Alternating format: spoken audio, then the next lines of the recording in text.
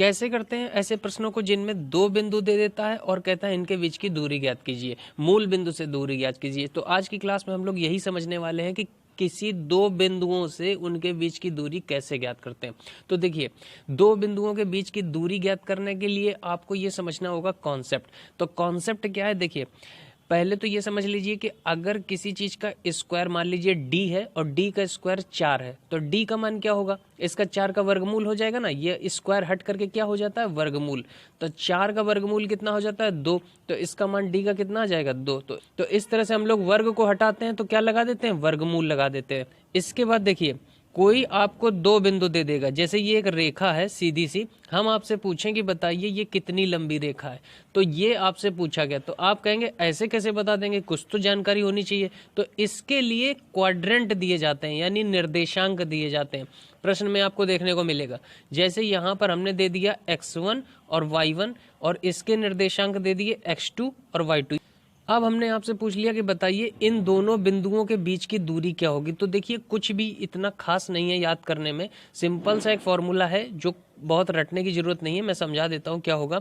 देखिए, जो डिस्टेंस इनके बीच की निकालते हैं, जो दूरी निकालते हैं, इसका वर्ग करना है आपको, डी यानी डी का वर्ग, और बराबर होता है क्या, जो पहला वाला दिया हो पहले वाले में से इस पहले वाले को माइनस कर दीजिए, यानी x1 में से इस x2 को माइनस कर दीजिए, x1 माइनस x2, और पूरे का आपको क्या करना है, होल स्क्वायर लगा देना है। फिर आपको प्लस का साइन लगाना है और दूसरे वाले में से दूसरे वाले को घटाना है। y1 में से आप y2 घटा दीजिए और इसका वर्ग कर दीजिए। तो सूत्र क्या हो गया, डी स्क्वायर यानी जो डिस्टेंस निकालनी होती है इसका वर्ग बराबर पहले वाले में पहले वाले को घटाना है x1 माइनस x2 का वर्ग और प्लस का y1 माइनस y2 का वर्ग। तो इसको हम लोग क्वेश्चन से समझेंगे। इसके पहले एक इंपॉर्टेंट बात और समझ लीजिए, जहां कहीं लिखा हो मूल बिंदु, क्या लिखा होगा, मूल बिंदु, तो मूल बिंदु को समझ लेना, ये लिखा है 0 0। क्या लिखा है, 0 0, ठीक है।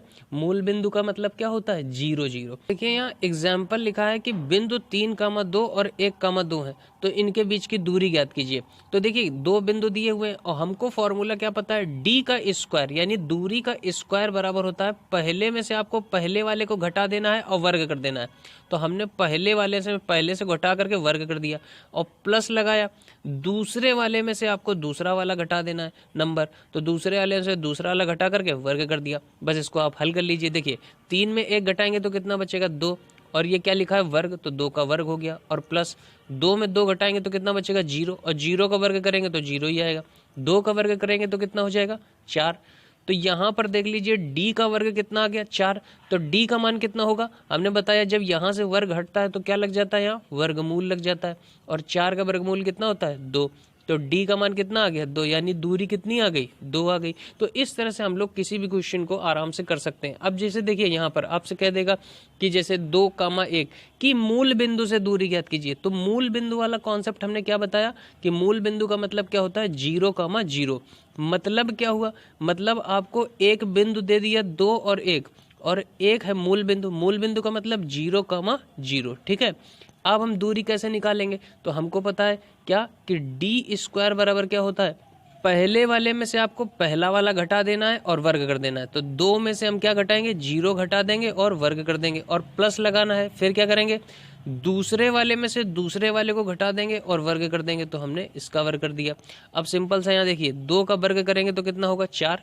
यहाँ पर 2 में से 0 घटाएंगे तो 2 ही बचेगा, तो 2 का वर्ग कितना हो गया, 4। और यहाँ देखिए 1 में से 0 घटाएंगे तो 1 ही बचेगा, कितना आ गया, 4 और 1 कितना हो गया, 5। तो d का वर्ग कितना आ गया, 5।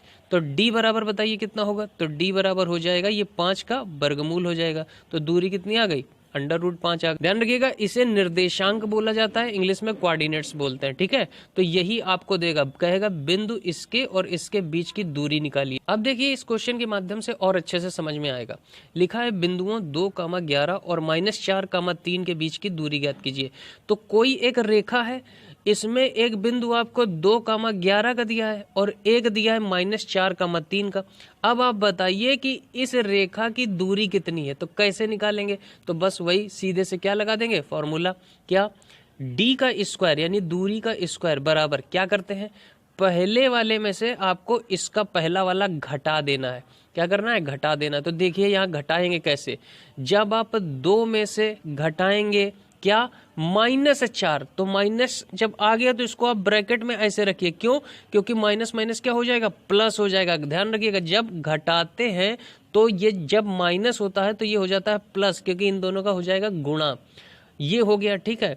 अब प्लस लगाते हैं, इसका वर्ग हो जाता है, प्लस लगाते हैं। दूसरे वाले में से आपको क्या करना है, दूसरा वाला घटा देना है। तो 11 में से हम क्या घटाएंगे, 3, और इसका वर्ग हो जाएगा। अब यहाँ पर देखिए, इसको जब हम हल करेंगे तो ये 2 तो ऐसे लिखा रहेगा, और ये माइनस माइनस अंदर हो जाएगा क्या, प्लस। माइनस माइनस का गुणा हो जाता है तो क्या हो जाता है, प्लस। और ये आ गया आपका 4, तो ये हो गया वर्ग। और यहाँ से देखिए 11 में से 3 घटाएंगे तो कितना बचेगा, 8। ये हो गया 8 का वर्ग। तो 2 और 4 कितना हुआ, 6, और 6 का वर्ग यहाँ लिखा है और यहाँ लिखा है 8 का वर्ग। तो 6 का वर्ग कितना होता है, 6 का वर्ग होता है 36, और 8 का वर्ग कितना होता है, 64। अब जब हम दोनों को जोड़ लेंगे तो देखिए कितना हो जाएगा, 6 4 10, 6 3 9 1 10, यानी कितना आ गया, 100। तो d का वर्ग कितना आ गया, 100। तो d कितना आ जाएगा आपका, तो यहाँ देखिए आपका d कितना आ जाएगा, √100। अब बताइए 100 का वर्गमूल कितना होता है, तो कितना होता है, 10। 10 का ही तो वर्ग लिखा है ना ये, तो d का मान कितना आ गया, 10। मतलब इसके बीच की दूरी क्या होगी, इसके बीच की दूरी होगी 10। ठीक है, तो इस तरह से हम लोग क्वाड्रेंट यानी निर्देशांक के माध्यम से दूरी को निकाल सकते हैं। एक और क्वेश्चन से समझते हैं। अब देखिए यहाँ पर कह रहा है बिंदु 3, -4 की मूल बिंदु से दूरी ज्ञात कीजिए। तो अब आप कहेंगे यहाँ तो केवल एक ही निर्देशांक दिया है। ध्यान रखना, निर्देशांक हमेशा कितने देगा, 2। तो ये दूरी अगर हमको निकालनी है किसी रेखा की, तो हमको 2 निर्देशांक की जरूरत तो कम से कम पड़ने वाली है। तो एक निर्देशांक तो दिया है 3, -4, और अभी हमने बताया कि मूल बिंदु का मतलब क्या होता है, 0, तो दूसरा निर्देशांक आपको क्या मिल गया, 0, इस तरह से दूसरा निर्देशांक हम लोगों को मिलता है। अब हम सीधे से क्या लगा देंगे, फॉर्मूला लगा देंगे। तो d का वर्ग क्या होता है, d का वर्ग होता है पहले वाले में से आपको पहला वाला घटाना है और वर्ग कर देना है।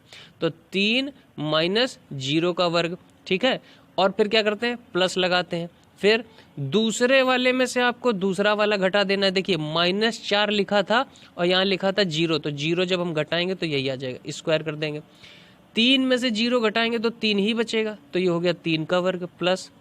अब आप कहेंगे -4 में से कुछ भी घटाएंगे तो -4 ही बचेगा, उसका कोई मतलब ही नहीं है 0 का। तो 3 का वर्ग कितना हुआ, 9।